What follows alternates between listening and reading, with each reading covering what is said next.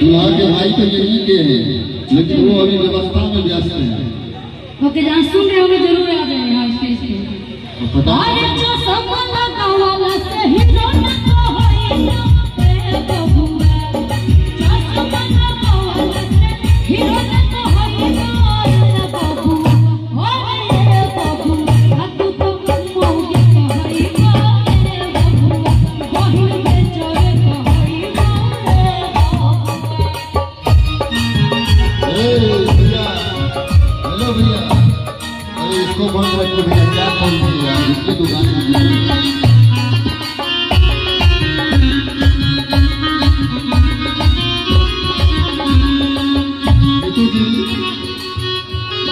समझी जी की तरफ से आपको कहना है,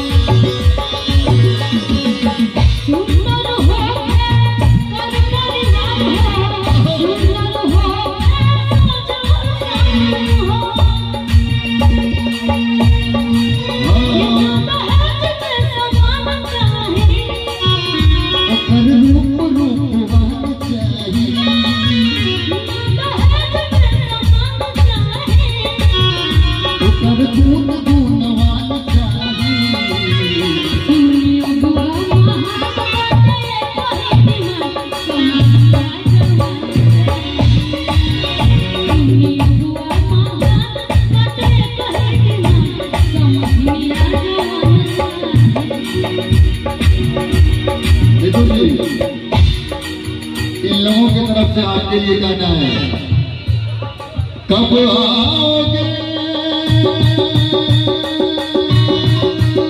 कब आओगे, कब आओगे, जिस्म से जान जुदा होगी क्या, कब आओगे।